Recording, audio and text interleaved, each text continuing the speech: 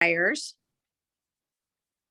Are they seeing, like I believe we probably had at least 120, 125 people through one of our open houses this weekend. Wow. So just seeing, are people picking up buyers on open houses anymore?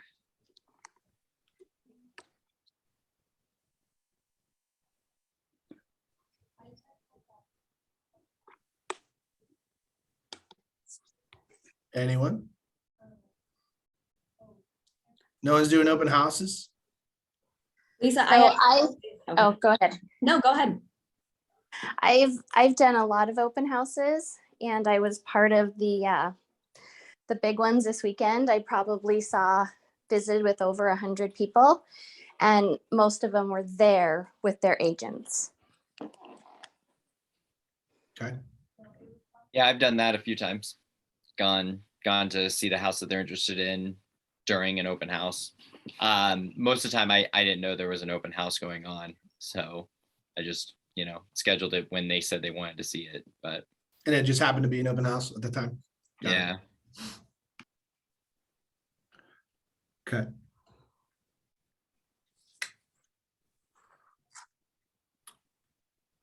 Anyone else? Any insights around the open house visit?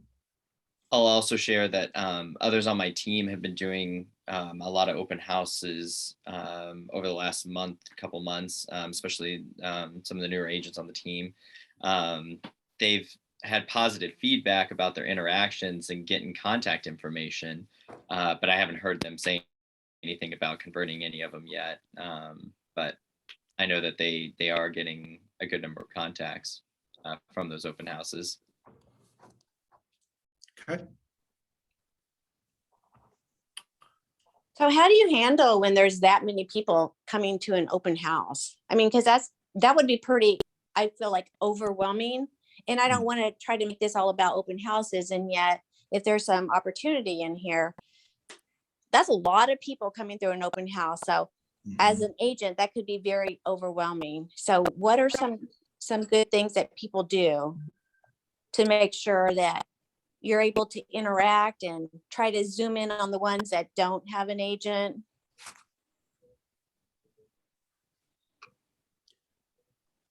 I mean, that's a great question, Lisa. I think it is appropriate for us to have a conversation around it.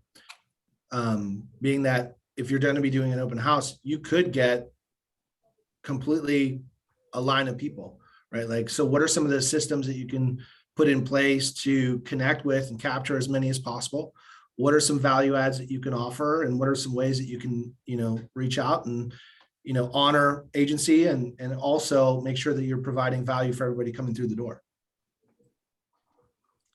So this weekend, there were so many people. I stood at the door, right at the door. And so I could greet every single person who came through, whether they were there waiting to meet an agent, whether it was an agent waiting to meet their people. But there were so many, I actually just stood right at the front door. I never really was able to move. Was there anybody, were you co-hosting that with anyone, or is it just you? It was just me. Okay. Did you have anything like, were you writing down any like names or contact information for anybody, or is it just too much, like too quick? Well, and I'm not even kidding, everyone was either with an agent, so I didn't collect information. My sheets were out, and I asked them if they, would mind signing in. Some did, some didn't. I did have a lot of agents sign in. I did have some people there who were there because they were like waiting to hear on other offers, or they were a backup offer. So they didn't have their agent there with them because they've been to so many houses, but they want to have a backup plan. And so that was a lot of the people as well that were there. I did have a few people who came through that their house is in pre-MLS, and they just want to make sure what it looks like in comparison to the competition. So I really did have a lot of conversations, but really it was agents and groups of people. And some agents came back with more than one group of people. Yeah. So like, I haven't done open houses, if we're just being really honest, in a year probably. So I haven't been in this COVID market, but how I've always had the best success is making sure that I have some type of a value add for the buyers coming in the door. So if I'm just thinking right now, like if I was going to ramp up my business and I wanted to use open houses, what's something that those buyers would want from me that they would in exchange give me their contact information? And I'm wondering, in this market where we know that it's all about the sellers and the buyers know that as well, would a video from the sellers be cool? Like what if when CJ, you walked in the open house, I was like, hey, welcome. Can I text you a little bit of a video about my clients and what they're looking for in an offer, or a little bit about what they love about the house? And it's a message directly from the sellers. Like, would buyers think that was worth it if I could just text them a link to the YouTube video? I don't know. I would want it. I'd give myself my number. I love that. That's a would great that- idea. Would that interfere with like the fair housing thing though? Because I'm thinking if, I don't know. Yeah, you Would you'd it? have to Would be it not? It would depend on what was said in the video. So like in my head, if I'm thinking, hey, my family has a house on the market, we're the sellers, so I'm not making a choice. Like I'm just presenting myself to the seller. I can't change who I am. Now I can't say, I'd love to sell my house to you and your 2 kids, but I can say my family has enjoyed this house. We're moving and we're under contract on a new property. Here's what's important to us whenever you're making an offer. I think I, as the client, can say that. I think.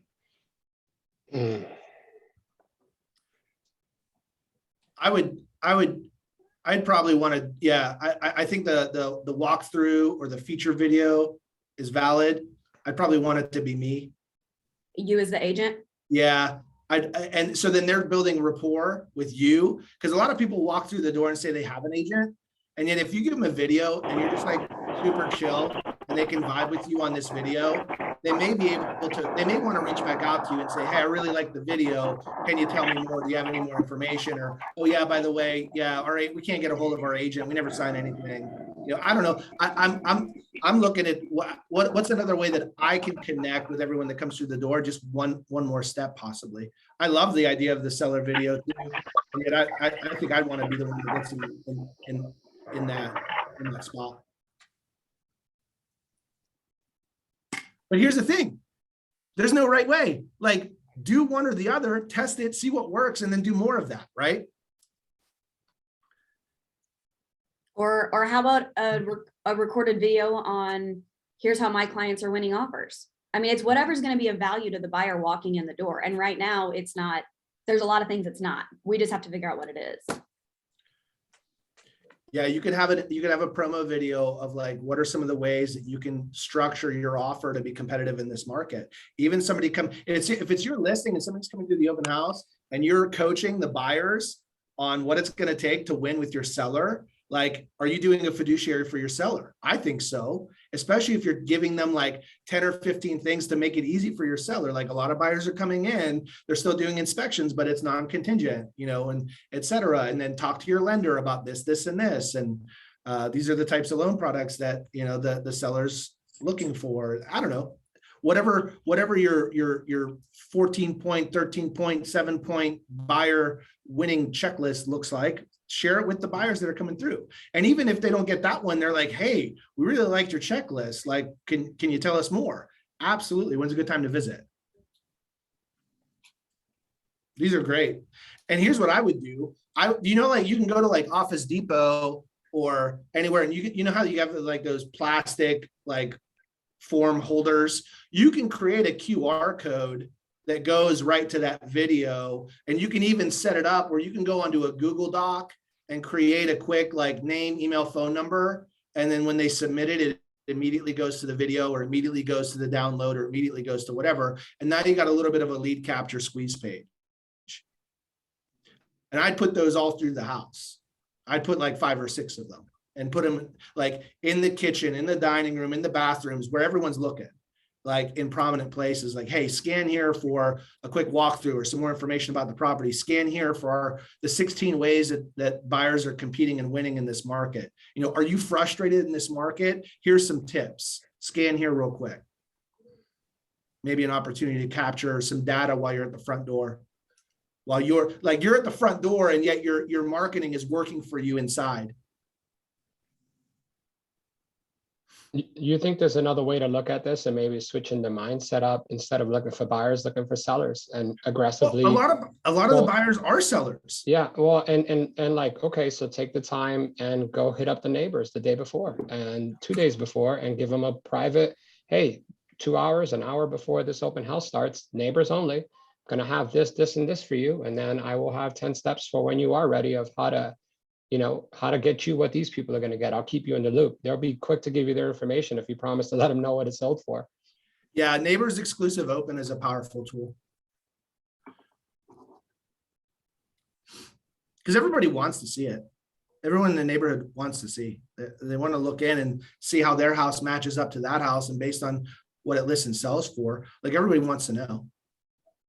And we just had a house sell on my street 3 doors down at a price, like when it listed, I was like, they're 75 over. Like I live in the neighborhood. I'm like, they're 75,000 high. They sold for above that. And I was like, whoo, I ain't moving. I'm sticking around. But somebody's going to show up with a big bag of cash. Right. So I was even as an expert in the market, I was like, okay, that's fine. Cool. It sold for way, I thought. What do I know? That's another thing I'm looking forward to seeing, is because these offers are so high. I feel like we were getting a little bit of pushback last year on some appraisals, and now I'm not so sure if we're seeing that. So I'm real anxious. This one basically was a $60,000 over asking. So I'm very anxious to see what the appraisal comes back at. Yeah. Because I think that will be telling too. And yet I know that appraisers are like agents and they all have a different opinion. And yet, if you're going by what the comps say, it's going to be really interesting.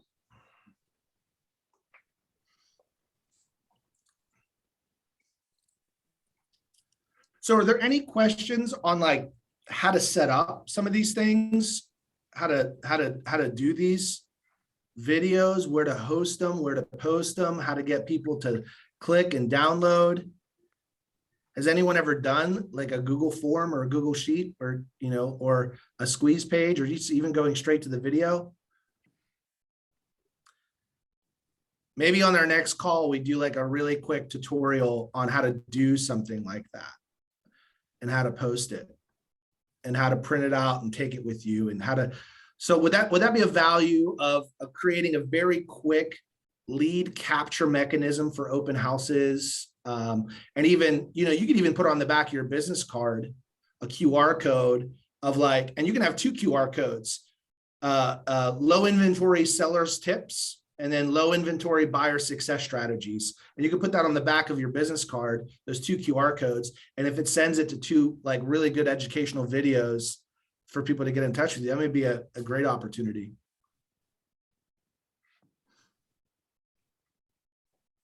Yeah. Yeah, No? I find it. Yeah, absolutely. Cool. So last Thursday, it was our snow day. We had our call, and I was super excited because I was absolutely overwhelmed with all the social media tags for all the cool stuff that you guys did on the snow day. So how many of you took any of that information and did something? I'd love to hear how your snow day conversations or contacts went.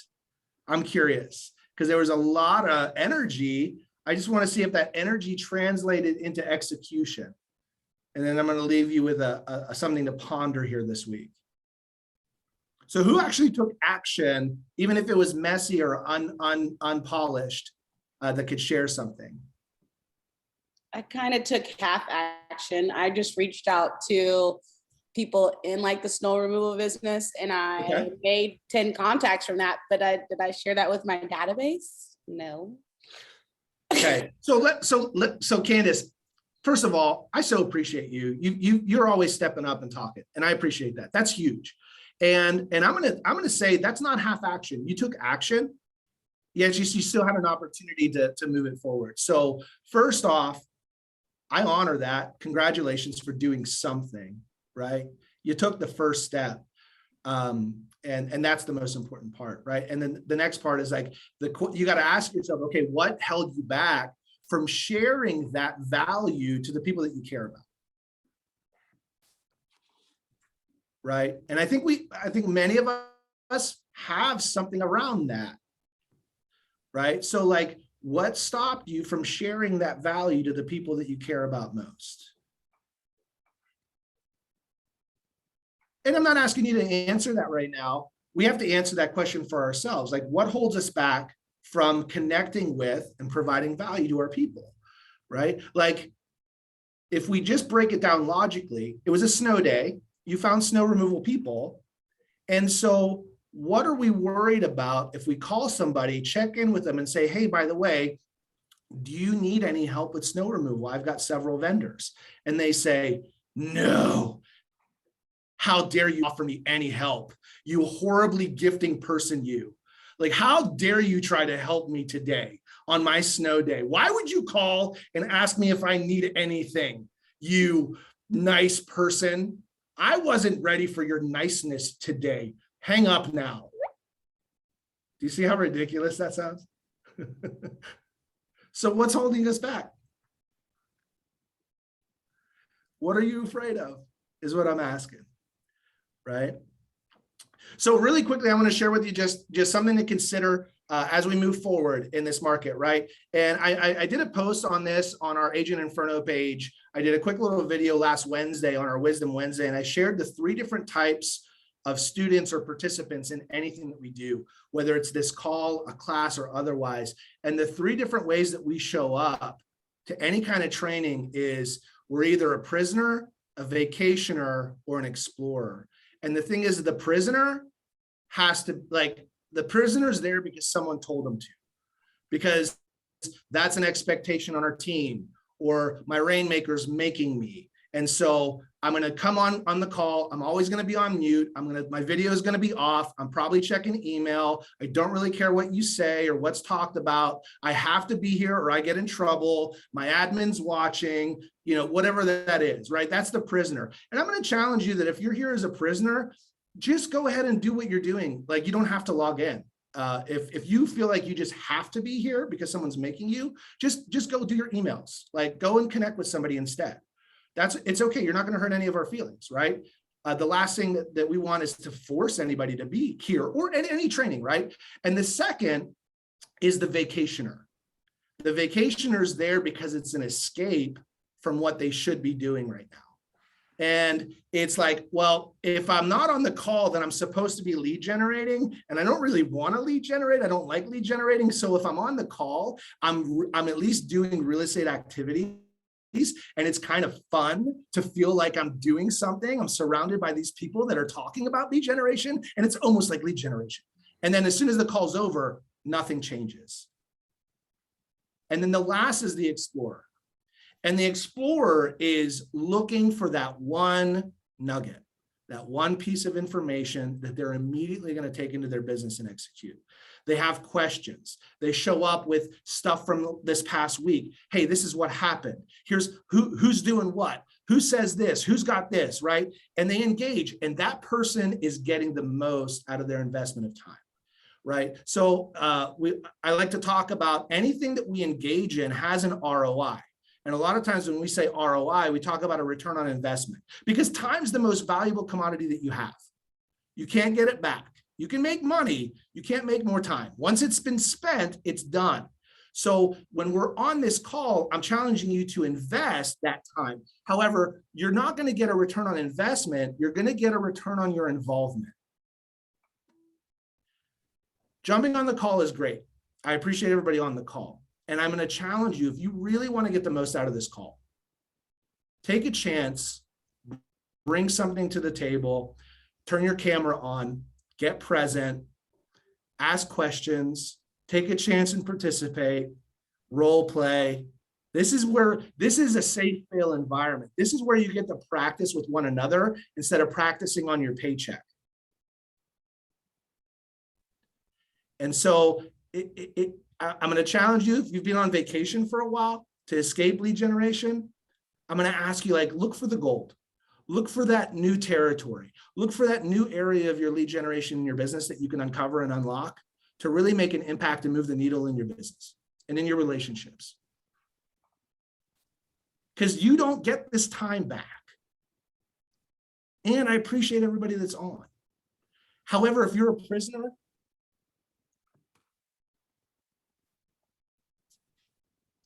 you got to figure out how to shift that mindset. Because you're really just a prisoner in your own mind, where you have the opportunity to take the gold out of this. If you take a chance to lean in. So that's what I want to leave you guys with today. I'd like for you to consider throughout this week, how are you showing up? Because how you participate in here is how you participate everywhere. How we do one thing is how we do all things. And if we're cutting it short in our lead generation, if we're cutting it short in our commitments to our health and our wellness, if we're cutting it short in our relationships and our presence with our people, it shows up everywhere. So stop out negotiating yourself and be ready to live a big life. Take care, guys.